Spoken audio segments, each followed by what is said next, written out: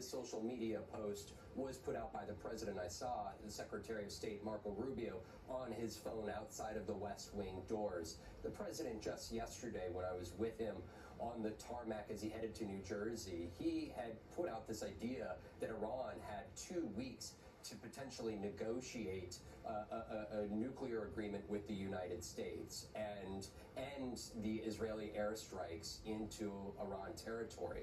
Now, the president himself had suggested that they would have 2 weeks max, but notably did not rule out a more immediate strike. Now, Israeli Prime Minister Bibi Netanyahu had asserted that Israel had the capacities and the ability to take out the nuclear facilities. And when I asked the president very specifically about the Israeli Prime Minister's claim, he pushed back and undercut that assessment, saying that the U.S. was the only one that had the bombing capabilities to strike, particularly the Fordow nuclear site, which there are activities half a mile underneath the ground. It is not clear at this point in time whether B-2 bombers were used in this instance to take out the Fordow nuclear site, so I don't want to jump ahead of what we know here at this time. But for the president, this is a striking moment, attacking a Middle East country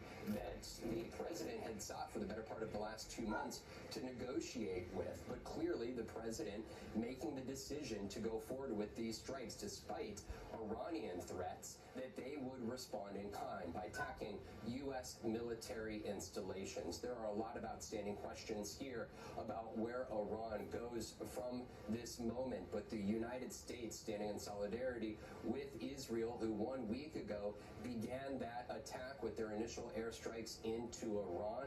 There are a lot of outstanding questions, Jose, here at this hour, but the U.S. taking a significant step, and I will note that I had the chance to ask the president yesterday very specifically how this moment was different than the decision of a previous Republican administration more than 20 years ago to strike over questionable intelligence about weapons of mass destruction, and he said that he knew that they were building a nuclear weapon. That is in contrast to the assessment of his own Director of National Intelligence, Tulsi Gabbard, who suggested that the U.S. intel community did not have that same intelligence. Jose.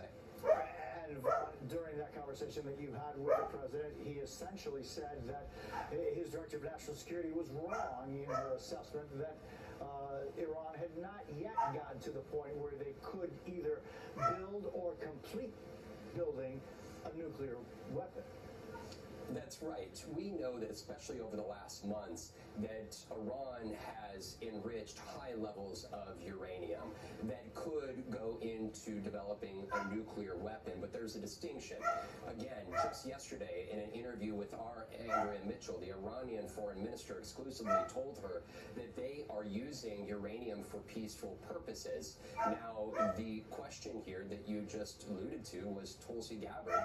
Again, Donald Trump, the president's handpicked Director of National Intelligence, standing by their assessment that they have no intel that an actual nuclear weapon was being developed. Now, there are questions of whether that would take weeks, months, potentially a year to actually build that weapon, but the Iranian foreign minister making it clear to our colleague Andrea Mitchell that they had no intent to build a weapon. Of course, this is a long-standing back and forth here between the United States and Iran. It was 10 years ago that under the Obama administration, an initial nuclear agreement was struck between several European countries and the United States that would allow inspectors into several of these facilities, including the Fordow nuclear site that we were just discussing that exists half a mile underneath the ground here. But back in 2018, the Trump administration decided to pull out of that. There were sunset provisions. They said that it did not address proxies of Iran, and that they felt that issuing sanctions would be more serious means. So there's a lot of questions here tonight for the president and this White House to answer.